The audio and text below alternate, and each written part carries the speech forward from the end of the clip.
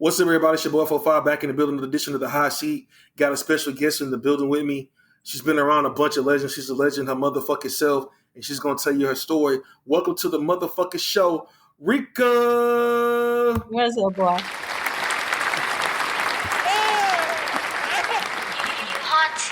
Man, what's the damn deal? What you got going on tonight? Nothing. Just sitting here at the house, chilling. I was watching Drunk History. Oh, yeah? What's that about? Oh, it's about these people who talk about history, who know or are knowledgeable about history, and they talk. They get drunk. They drink wine or whatever, and they're like friends chilling in the living room or whatever. And they talk about events in history, and some of it's obscure that we never would have known or was affiliated with greater events or people. And they tell the story of that person, and but they tell it when they're drunk.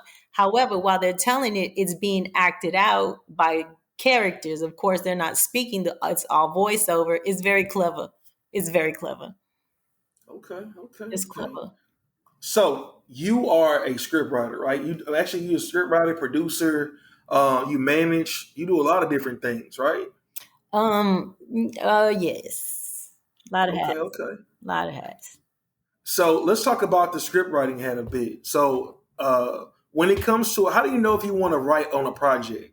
Like, how do you know if this is the project for you? That's a good question. That's a really, really good question because a lot of times, people will come to you. Everybody got an idea. Everybody want to write a book. Everybody want to tell a story about their life, But it's hard to be like not nice to somebody. Say, bro, that's a boring ass story. You know what I mean? Yeah. It's like you. First of all, if they're from Houston, I'm gonna listen. If they're from Houston, I will listen. If they're from Texas, period, I'm gonna listen. You know what I'm saying? Because I feel like we need a little strength as far as that goes. We pulling up now. And secondly, it's got to grab me. It's got to have something in there that I know what they're thinking and I know what they're saying and they're right. You know what I'm saying? That's how you pick somebody. That's how you choose somebody. You actually find somebody correct. You know what I'm saying? And so you're like, okay. And it's got to be like personality. Are they willing to listen? Because it can be real ugly. And the reason I say that is because when I was writing, I did a lot of ghostwriting. So I got a lot of critique. I'm into critique real, real bad. Like I will send my stuff out to be critiqued and I will pay for it and get it sent back so I could polish myself, But as far as like deciding who I will write for, who I won't write for, it's not always going to be about the money. It's going to be about the legacy. You know what I mean? I want to see this happen. So guess what? I'm going to try to make this happen as best as possible. I sometimes put a lot on my plate. And it's hard to decide if when to do something. You don't like to disappoint nobody, but that's why when you're choosing projects, you just gotta have to get that out of the way early on, as an understanding, because it's a decision between two people, and then the money comes later, sometimes with them, and it's just like you wait, that ain't gonna stop me from writing, though. Got you. Because that legacy, it'll always be said, okay, but guess who wrote it? Matters who acted in it, who wrote it. They're not going to worry about, too much who directed it, but who wrote it, So what are some of your favorite writers? Do you have any favorite writers, whether it's screenwriting or just books in general? Oh, yes, I do. Alexandre Dumas, he's a French writer.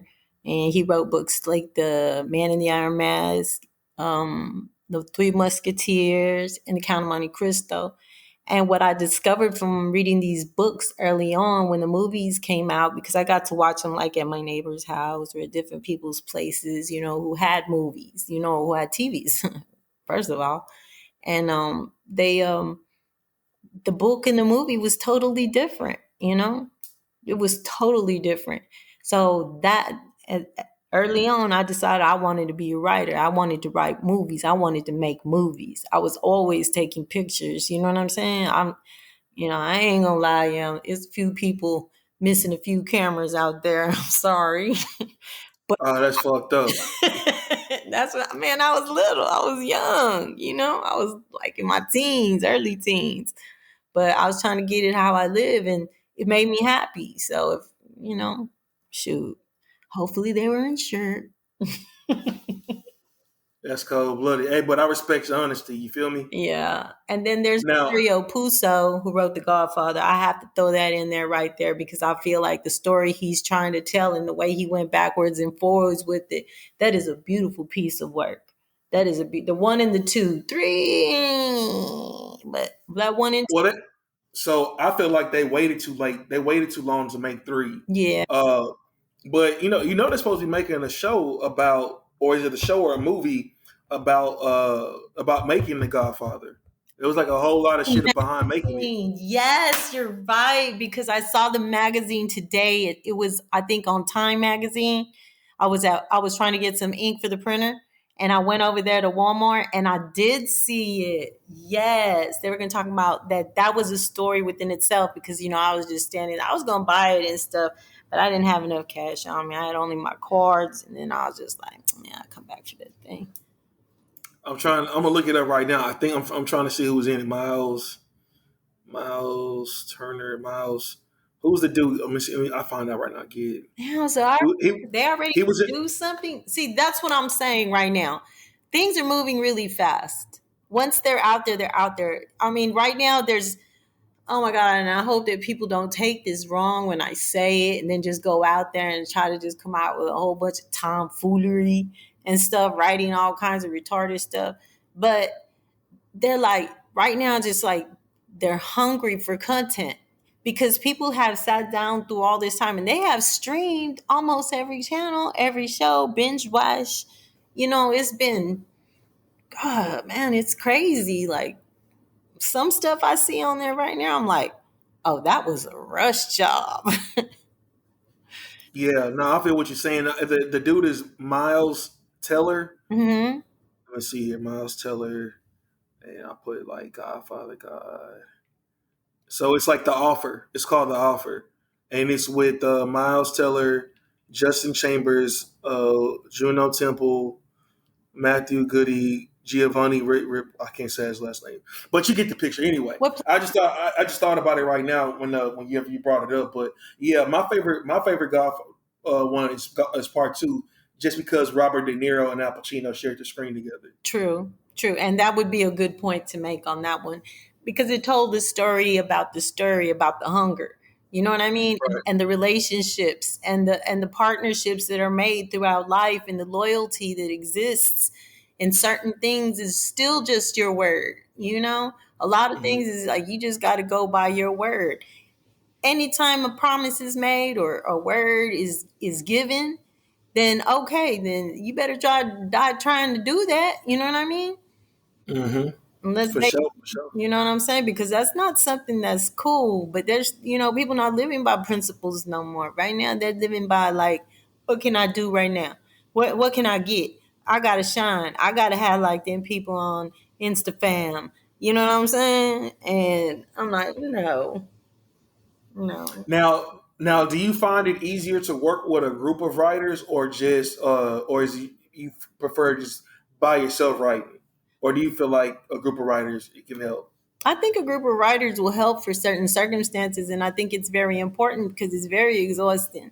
It's extremely exhausting. This is your mind. You're writing in your imagination, and people say, oh, it's so easy and all this stuff. Well, okay, well, if it's that easy, shoot, show me what you're doing. I ain't going to hate. You know what I'm saying? But you're tired. A group of writers, good. But when you're working by yourself, you don't have to wait for nobody you know not when you're writing. You could get it out and you can actually do first, second, and third editions of polish and then turn it in. And it's like all of those drafts that come out and people go through it or they take their time and you gotta wait. They're on the clock. I'm about Hmm. getting that thing out. But you got Yeah, I feel like it depends on as well as far as just like what type of project it is to have a team of writers.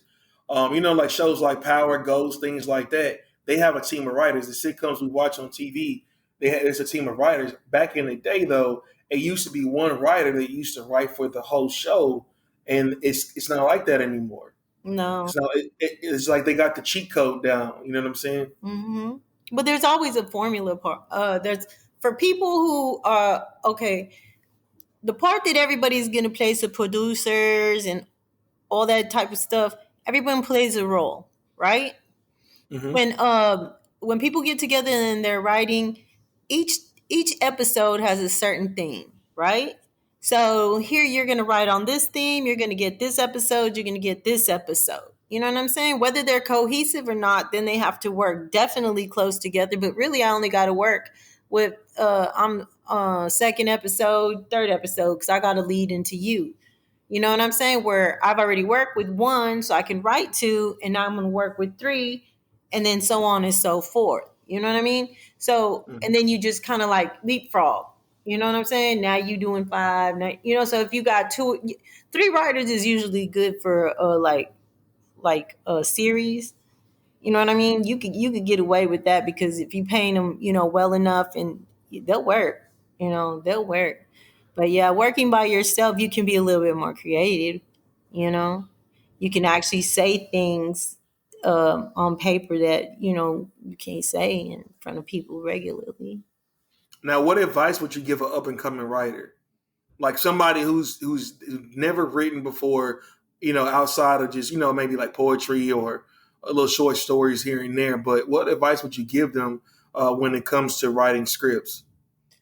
Well, when you write it, don't expect everybody to like your work at first.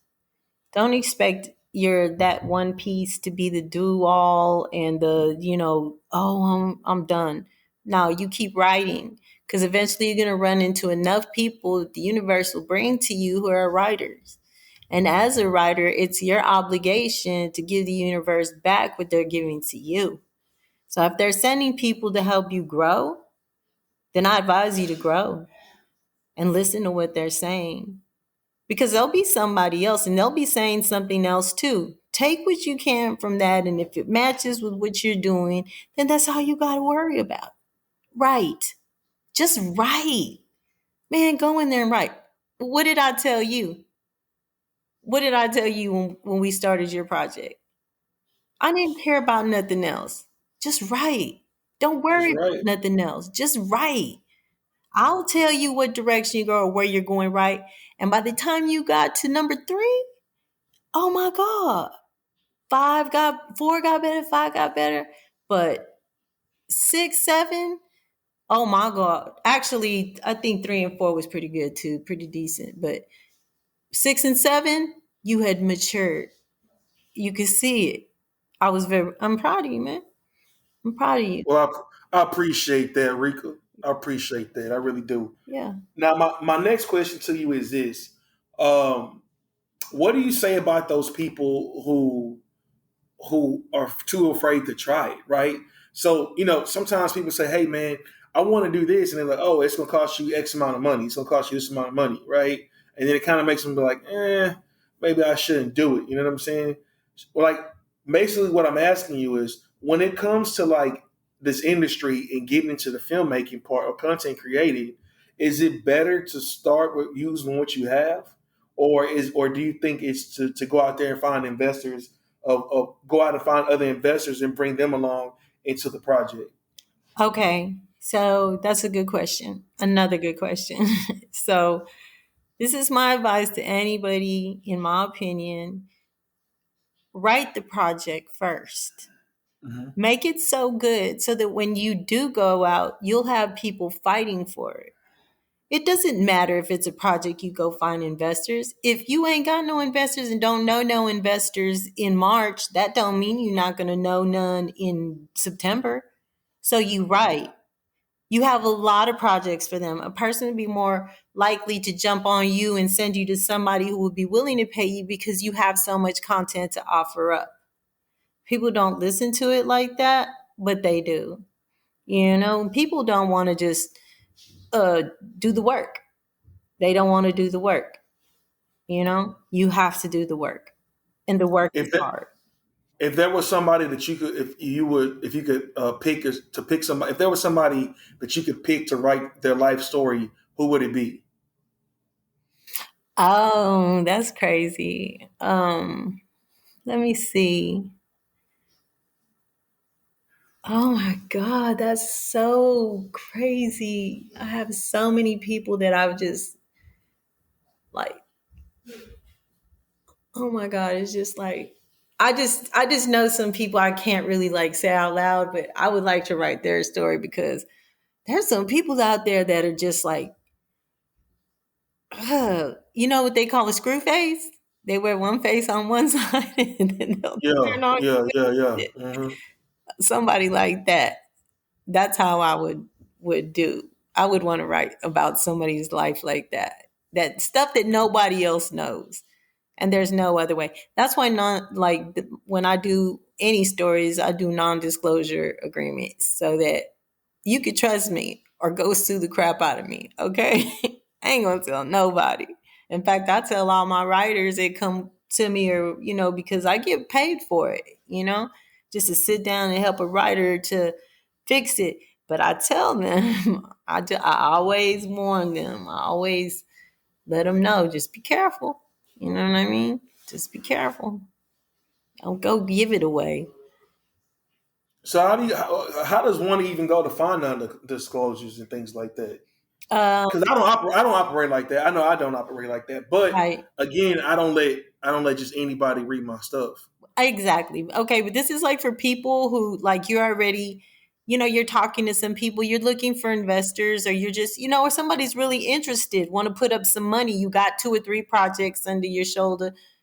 Then you talk. How do you convince somebody to give you money for something? Do you deserve it?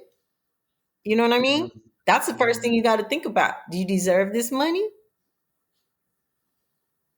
And as soon as you figure that out and stuff, you can be able to say whatever comes out of your mouth and stuff because that's how much you believe in it.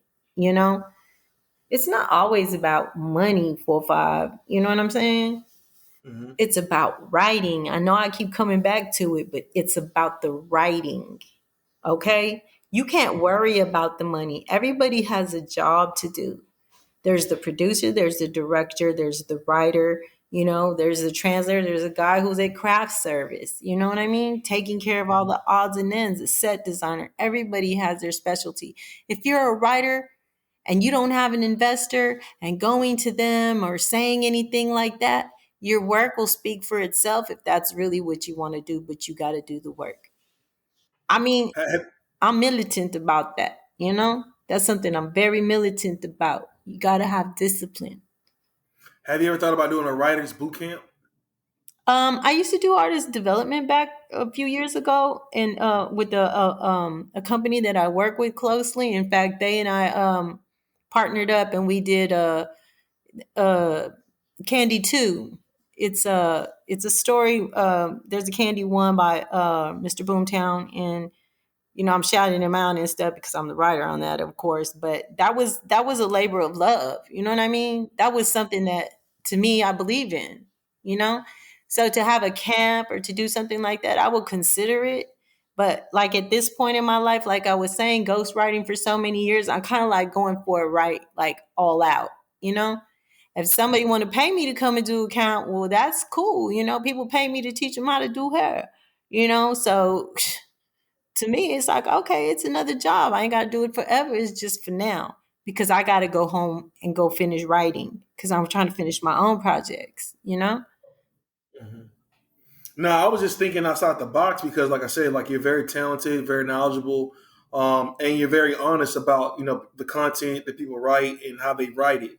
And so I was just wondering, like, man, would you ever open that pipeline to your knowledge to other people? Of course, for a fee, not a big fee, but a fee like you do, like writers boot camp, where people come in and they show you what they got and things like that, and you try to take it to take their writing to another level. Well, see, but that's why I mentioned like sending my things off. Like when I write something, I'm not just gonna be like, oh man, I'm bad, man. My stuff's so cold. I ain't even worried about it's gonna sell itself. No. I got to hear it. I need the validation. I need the validation because there are other writers that have stuff that's on screen right now, or they have someone, or they're the ones who read the stuff that gives the budgets. You just don't know who's reading your stuff, you know? You got to protect it, but yeah. So no, I'm not going to be put in a position where like you can just like take it, you know? Mm-hmm. You know, you can't just take it and then do something with it. You got to go through it. You know what I'm saying? You got to go through it to really understand it. So I go back to what I was saying. Just write. You know what I mean? If that's really what you want to do, just write. It's so easy. It's so easy. Just write. Get them critics to ask to see you. Get your English teacher. You know what I mean? Shoot, do that. But for me to sit down and to tell you all this stuff and okay, how much of that you gonna remember? You know? You gotta Well, if they serious about it, they'll remember all of it. that's the point. That's the point. Are you that serious? You know? So why wouldn't you have somebody else pay somebody to critique? You gonna pay me to come hear me put you in a camp? Send your stuff out. A $20 one, a $30 one, 41. I'm gonna tell you a good price is 40 and up. And they'll critique your stuff. Yes, it's a lot. Yes, it's but don't you want somebody to give you some pointers on what you're saying? You may not agree with them, and that's okay, and that's okay. But at the same time, like when they critique you, remember they're writers just like you, and they started a long time ago just like you. So really, they really giving you a tougher skin. You should be grateful, you know, Mm-hmm. because there'll be more than that. Imagine seeing your somebody goes for your script the way it is, and then somebody you go and they produce it somewhere and they say, "Oh, the movie was okay, but that script was horrible." That would be Mm. awful to hear that, right? Now, check it out. I'm not gonna even lie to you. I went to go see the new Batman movie yesterday, Okay. and the writing was dope. I give them the writing part, but man, the way they shot it was just terrible. Oh, it It was was. to me. It was. It's like you're sitting in a dark theater and you're watching a dark screen for like 3 hours and some change. It's just I don't know. I'm gonna go watch it again just to make sure what I'm saying is what is the truth, but like I felt like, man, it could have been shot better. The writing was on point, even though it wasn't any funny moments in there, really. And I mean, it's Batman. They're trying to stick to the comics. I get it. But I just felt like they could have shot it a little bit better, seeing how they got them big ass budgets over there at I DC. know, I know, I know. But if far be it for us to critique somebody else's work, you Hmm. might have to run into them. So that goes back to the networking. Now I got a question for you because are you in? Are you? Do you like Jordan Peele's movies? Get Out, Us, and Yes, I do. I do. I like to get out. okay. Yeah, I like Get Out too, but anything else of that, I really didn't fuck with it. Um, and it's just because of the standpoint, I felt like he got lucky with it. Mm-hmm. I just felt like he got lucky with Get Out. You know how everybody like when they're making their debut album, the album is fire because they spend like 10 years, 20, 15 years Mm-hmm. working on it. But then that second album comes and it's like, could have been better. Could have, you know what I'm saying? But for me, I just think, you know, he tries to give us a layered message, and I feel like a lot of times people miss it. Well, yeah, because then a lot of times they don't have experience in what he's talking about. Right. Remember what we talked about one time? Sometimes you Hmm. just don't have experience. And it's like sometimes you have so much experience, you don't want to hear about it. You know what I mean? You want to Mm, keep beating a dead horse. But as far right. as Jordan Peele, he's very young, you know, and he's actually working. So you got to give props to anybody who's working right now and stuff, especially if they're black. Hmm. You know what I mean? Did you like the new Candyman? I didn't see it. I know you told me, but I haven't seen it, and I really need to go see it. I need to Yeah. see it. Yeah. Okay, Rika. So what's next for you in the future? What you got coming down the pipe? Well, your thing, and then it's called Not Helping. Okay, Hmm. executive producer, and we get all that, so we can make it official because I know sometimes you and I will,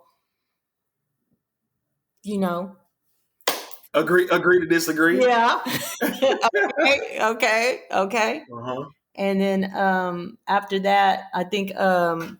Boomtown is supposed to shoot a piece called the Hub. It's about sex trafficking. I was a script doctor on that, but since I changed it 75%, I don't know how we're gonna rock with that, but still, it didn't matter. It was for Boomtown. It's to make Texas, Houston great. It's, that's what I'm always screaming. That's what it's about. That's what I love. That's what I'm gonna keep loving.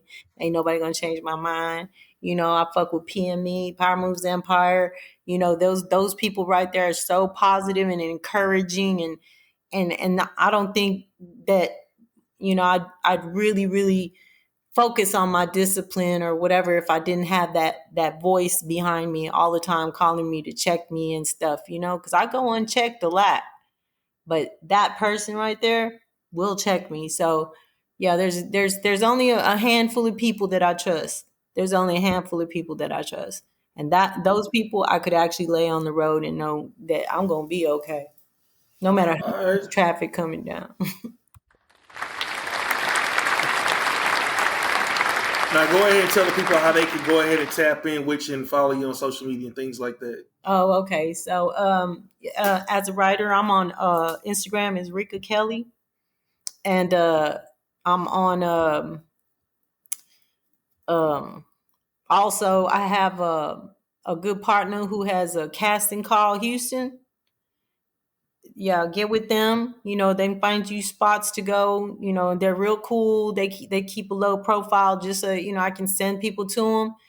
And then Acme and Company is actually my artist development company where people come in and we have different people who do different things, from videography on down. So, the writing process, the filming of something, it can be done. You just got to really just have the bread. But yeah, Acme and Company, Instagram, and Rika Kelly.